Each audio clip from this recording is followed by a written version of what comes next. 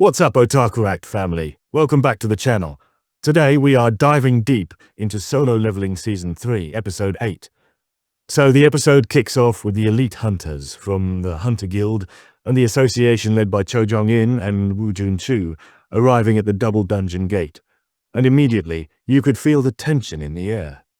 The manner surrounding that place was overwhelming, like nothing they'd ever seen before. Hunter Chain was smart enough to notice that the manor wasn't Jin-Woo's, which was the first red flag. And when they rushed inside, oh my god, countless shattered stone statues were everywhere, just strewn across the floor in piles. Remember when Gincho's heart started racing because he remembered the survivors' testimonies from the previous double dungeon? All those stories about the statue of God and the stone figures? It was all real. And then this deep, booming voice echoes around them. The architect had risen. His wings were all tattered. He only had one arm left. But those glowing eyes, man. He looked at these hunters with such disdain, saying he hadn't invited any humans here. Can you imagine being a hunter and hearing a monster speaking your language? That's terrifying. And then he puts his finger to his lips, like, shh, don't disturb the king's slumber. What king? The hunters look over to the corner and see Jin-Woo just standing there, frozen, completely unaware of what's happening around him. Mongchu recognizes Jin-Woo immediately, but before he can do anything, boom! The architect attacks, cutting Mongchu and two other hunters in half, just like that. Han's eyes went wide with panic, and I was freaking out watching this. The architect steps forward with this creepy grin, saying these strong humans would make perfect first offerings to the Ping.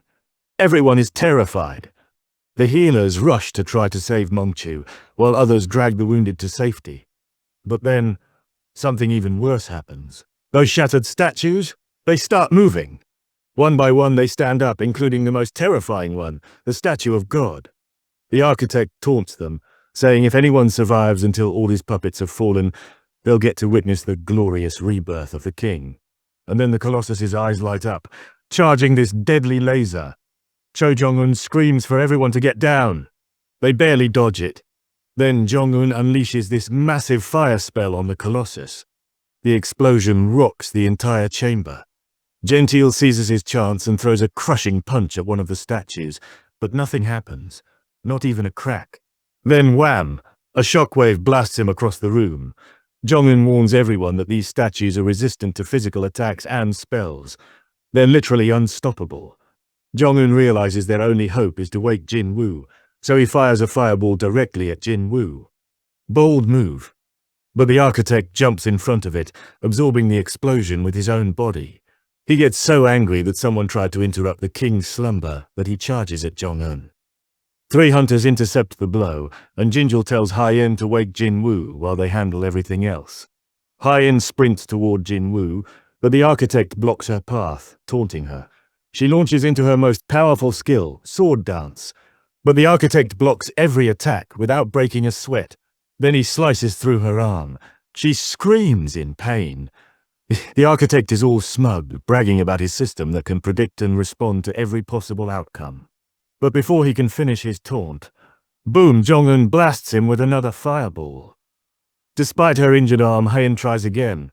The architect nearly grabs her, then swings his sword with such force it leaves a deep scar in the ground when she dodges. But then something interesting happens. The architect notices a trace of a shadow soldier in Hyen's shadow. Even though it can't fully manifest because of the dungeon's rules, it's definitely there. He asks about the shadow's origin and her connection to Jin-Woo. And Hyen, gasping for breath, declares she's Jin-Woo's and has come to rescue him. The architect is amused by her determination and says she'll witness the descent of one of the greatest monarchs, but only after all her companions are dead. But then, a voice cuts through the chamber and wham! A solid punch from Jin-Woo slams right into the architect's face. Jin-Woo is awake. He demands answers from the architect, asking what he's done to his body.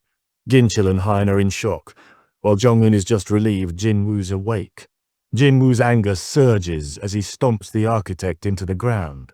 The architect can't understand why Jin-Woo is conscious instead of the king, or how he awakened despite the Black Heart's influence. And that's when Jin-Woo realizes where the irrational mana levels within him came from. A notification appears before Jin-Woo's eyes. He fulfilled the requirements for the title Demon Hunter. With it, he received the mystical Black Heart, granting him a staggering increase of 100,000 to his mana capacity. That's insane! Jin-Woo figures out that the Black Heart wasn't the Architect's doing and wasn't meant to benefit him. He recalls that the Architect opposed his selection as a player, but Jin-Woo still doesn't understand what being a player truly means. The Architect identifies Jin-Woo as the Shadow Monarch and warns that the other monarchs won't tolerate what just happened.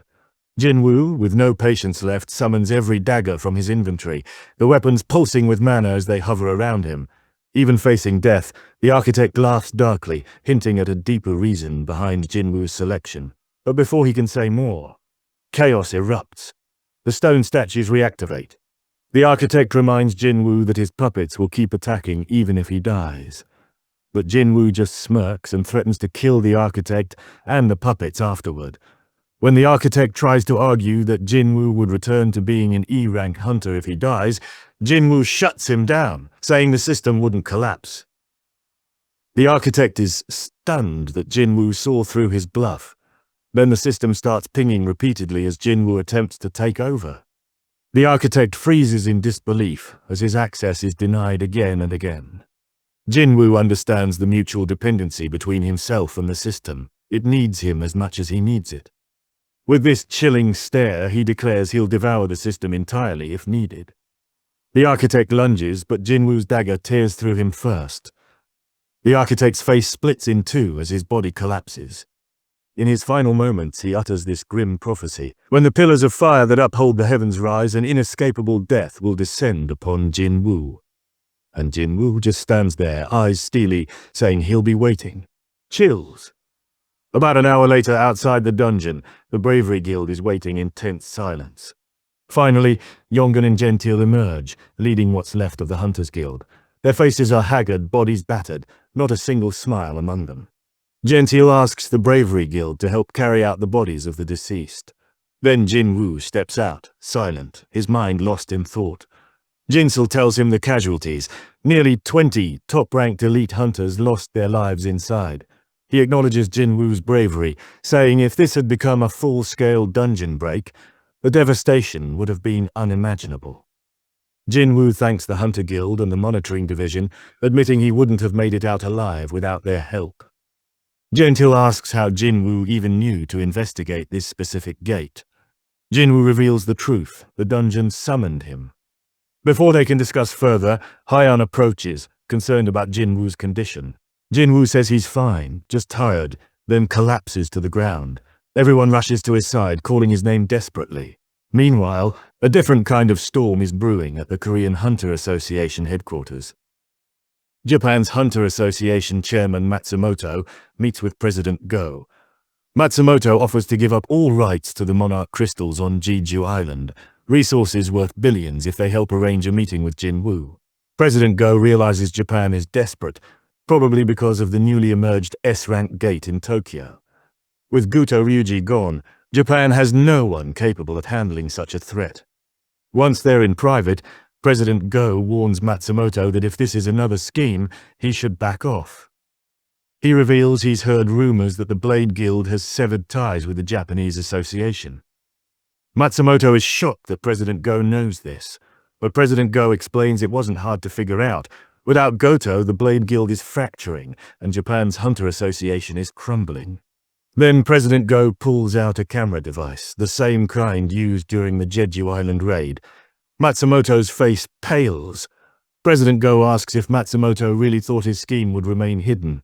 President Go warns that if this information went public, it would devastate not just Matsumoto's reputation, but all of Japan's remaining stability. Then he crushes the device in his palm and slams his hand down, splitting the table in two. He declares he won't let Matsumoto's ambition plunge all of Asia into chaos. The meeting ends without an agreement, and Jin-Woo's involvement in the S-rank mission remains undecided. As night falls, trucks move quietly through Shinjuku, loaded with high-grade mana crystals, hundreds of thousands of tons of magical energy. The operation to contain the S-rank gate has begun. Yuri Orov, the Russian S-rank hunter, oversees everything. The quantity of mana crystals is staggering, enough to construct a magic barrier of unprecedented scale. But something doesn't feel right to Yuri. His instincts warn him of a presence nearby. He calls out, demanding whoever is hiding to reveal themselves. The Japanese personnel think it's just nerves, but Yuri clarifies, it's not a person he senses, it's something unnatural. And indeed, from a high rise across the district, a hooded figure watches, Sunil Hwan. He knows everything is falling into place, just as destined. The tragedy set in motion is finally beginning to unfold. Back on the ground, the Blade Guild's S-rank hunters stand ready. Yuri is confident he can handle the S-rank gate alone and go down in history. He asks how many S-rank hunters are on standby. Only 15. He wonders if the United States sent any elite hunters to support Japan, but new S-rank gates have opened in Maryland, England, and India, keeping their top hunters at home. Then, the personnel's expression changes. His eyes widen in terror as the dark barrier at the gate's entrance begins to dissolve, cracking apart like shattered glass. An ominous silence falls as hunters and military personnel turn toward the gate and freeze. What they see defies their expectations, an unimaginable threat spilling into their world. A thunderous tremor rolls through the earth, followed by a heavy thump that shakes the ground. And then come the monsters, one after another. These aren't ordinary creatures, they're giants. The S-rank gate has opened, and that wraps up the double dungeon arc. What an ending. What do you think will happen next? Will Jin-Woo recover?